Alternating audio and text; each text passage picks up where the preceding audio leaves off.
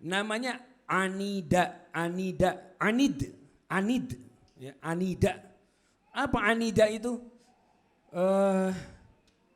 Apa ya dibahasakan oleh Indonesia? Keras kepala, tambeng, gitu. Keras, keras kepala, nggak bisa nggak mau dikasih tahu. Pokoknya kudu dia yang benar, dia satu-satunya. Contoh begini nih, ini ada dua orang, A dan B. Dia dari kejauhan melihat ada binatang dari kejauhan, ya. Jadi siluetnya kelihatan, oh binatang tuh. Yang si A bilang burung, yang B bilang kucing. Burung, yang satu kucing. Oh ayo kita lihat, makin dekat kan makin kelihatan. Yang A bilang, kan burung udah kelihatan tuh siluetnya tuh. Ada ekornya, ada kemudian paruhnya dan lain-lain. Burung. Yang B tetap bilang kucing.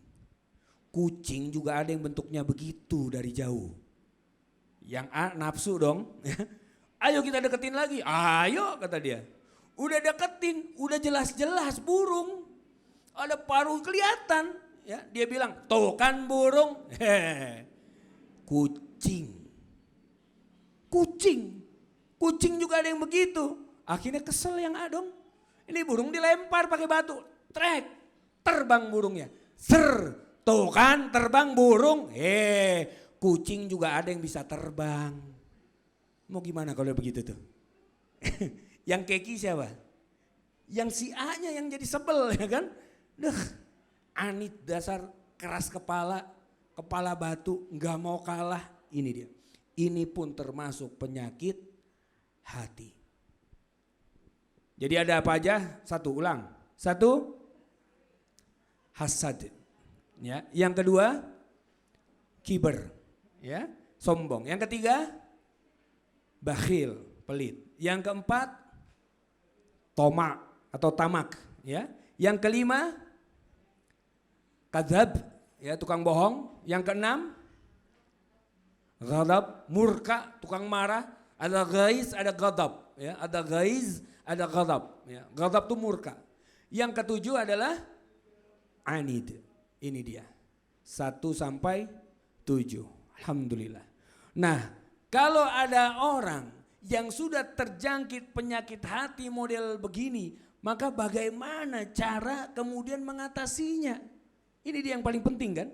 Kalau misalnya orang ini sudah apa? Sudah membiarkan hatinya terlantar, maka lihat, bisa jadi 7-7-nya akan masuk di dalam hatinya. Bisa jadi ada 2 atau 3 sifat yang masuk dalam hatinya. Tinggal kita cocok-cocokin, kita itu sekarang masih termasuk yang mana. Jangan-jangan masih ada penyakit hati itu. Ya. Kalau misalnya ada saudara kita telepon, Assalamualaikum, Waalaikumsalam. Boleh pinjam uang enggak? Oh enggak ada, aduh lagi sulit begini zaman, padahal ada. Bakhil tuh orang, pelit. Oh enggak, aku enggak pelit Ustadz, dia mah kebiasaan. Bisa dipahami nih ya. Dia mah kebiasaan. Coba digeser sudut pandangnya.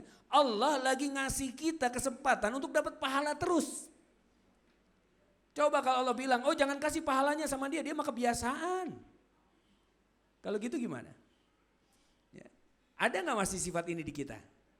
Cek. Yang punya kerudung banyak di rumah, ini pasti kerudungnya gak cuma 1-2 kan? Yang warna coklat gini ada berapa Bu? Ada beberapa kan?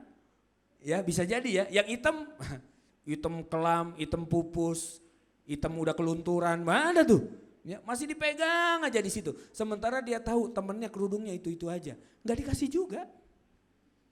Diam aja, bakhil. Ya, bakhil. Maka lihat, cek di hati kita, jangan-jangan sudah tersusupi yang namanya sifat-sifat tersebut. Nah, bagaimana kita cara kemudian mengatasi sifat-sifat tersebut? Insya Allah pertemuan berikutnya kita akan bahas. Kenali dulu penyakit-penyakit hati yang ada di dalam hati kita, dan bentuk hati kita itu bentuk hati yang mana? Dari 3 bentuk yang di atas tadi, ya. Jadi saya berharap apa yang kita dengarkan, apa yang kita catat, ini bisa kemudian kita aplikasikan. Bukan hanya menjadi teori semata, bukan hanya menjadi penebal catatan kita aja, tetapi nggak pernah dilihat lagi. Diaplikasikan, lihat langsung ke diri kita. Karena ini perlu ada aplikasinya. Kalau kita sudah tahu baru oh caranya begini, begini, begini. Dipraktekkan. Dan ingat syaitan itu yang namanya iblis gak berhenti bunda. Ya, kita mentang-mentang udah dapat yang namanya penyakit hati, besok diberesin masalah penyakit hati kita. Nggak terus iblis istirahat habis itu. Ah kita udah kalah, udah deh nyerah. Nggak ada nyerahnya sama iblis. Ya, iblis itu punya jebakan-jebakan. Lihat, iblis itu punya jebakan. Jebakan yang paling tinggi itu kita dibuat syirik. Syirik itu jebakan yang paling tinggi. Ya. Kalau kita ke dukun, kita ke paranormal, kita baca-baca kartu tarot, kita lihat-lihat yang namanya apa nih garis tangan, ya kan? Ini lihat ini, ya. Yang namanya garis polisi aja kadang-kadang gak kelihatan, mau lihat garis tangan lagi. Ini ilmunya dari mana? Ya. Pada saat itu apa syirik kita masuknya ke sana. Syirik itu ada yang kecil, ada yang besar. Ada yang kecil, ada yang besar. Kalau sudah masuk ke dukun, mengangguk kita, membenarkan perkataan dukun, bahkan mengerjakan apa yang diperintahkannya, faqad kafara, kata Rasulullah, maka dia telah kafir dan keluar dari umatnya Muhammad sallallahu alaihi wasallam. Hati-hati nih, ya. Syirik, kalau syirik nggak bisa, ya, maka dia akan dicoba untuk menjadi murtad. Syirik nggak bisa nih, dia nggak, yang gitu-gitu nggak, tapi dia dibikin murtad. Yang kedua jebakannya murtad. Yang ketiga jebakannya adalah dosa besar. Ini lihat nih, jebakan iblis tuh nggak berubah, ini doang. Dari dosa besar, kalau dia nggak bisa dosa besar, maka dia akan dijebak dengan dosa kecil. Dosa-dosa kecil, kecil lama-lama jadi besar juga kalau dikumpulin, ya. Nah kalau dosa kecil nggak bisa, maka yang kelima dia akan dijerumuskan dalam perkara yang syubhat. Syubhat. Kalau syubhat nggak bisa juga karena dia udah ngaji, maka dia akan dijerumuskan dalam perkara yang mubah. Yang mubah, yang boleh. Mubah itu kan adanya di tengah-tengah. Nonton TV mubah, lihat handphone mubah, lihat Instagram mubah. Tapi pada saat kemubahannya itu menggelincirkan dia untuk lalai dari sholatnya, lalai dari ngajinya, lalai dari anak-anaknya. Nah ini maka akan dosa bagi dia. Yang keenam, kalau 6 ini nggak kena juga, maka targetnya iblis salah satu dari anggota keluarganya harus ada yang masuk neraka. 7, pintu jebakan iblis itu ada 7. 6 nggak kena, minimal satu anggota keluarganya masuk neraka. Nggak berhenti, dan iblis itu nggak tidur, nggak mati-mati. Karena diberikan penangguhan oleh Allah Subhanahu wa taala. Enggak mati-mati, enggak tidur. Kita tidur iya. Keinginan masih banyak kan?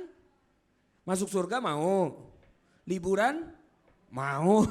Punya rumah mau, punya mobil mau, masih banyak mau. Iya kan? Lain-lain. Kawin lagi? Wah. Iya. Iya. Itu dia, keinginan kita banyak. Ya, yang mengalihkan perhatian kita banyak, sementara iblis fokus satu. Gimana caranya orang ini masuk ke dalam neraka, khalas. Maka berhati-hatilah dan cek dulu, kita kenali dulu penyakit-penyakit hati yang ada dan bentuk-bentuk hati dari manusia seperti apa. Jangan-jangan bentuk-bentuk hati ini pun dipengaruhi oleh penyakit hati. Insya Allah pertemuan berikutnya kita akan bahas cara-cara menanggulangi penyakit-penyakit hati yang kita sebutkan tadi. Baik, jazakumullah khair ala husni istimaikum, lakum minni al-hubbu wa du'a. Assalamualaikum warahmatullahi wabarakatuh.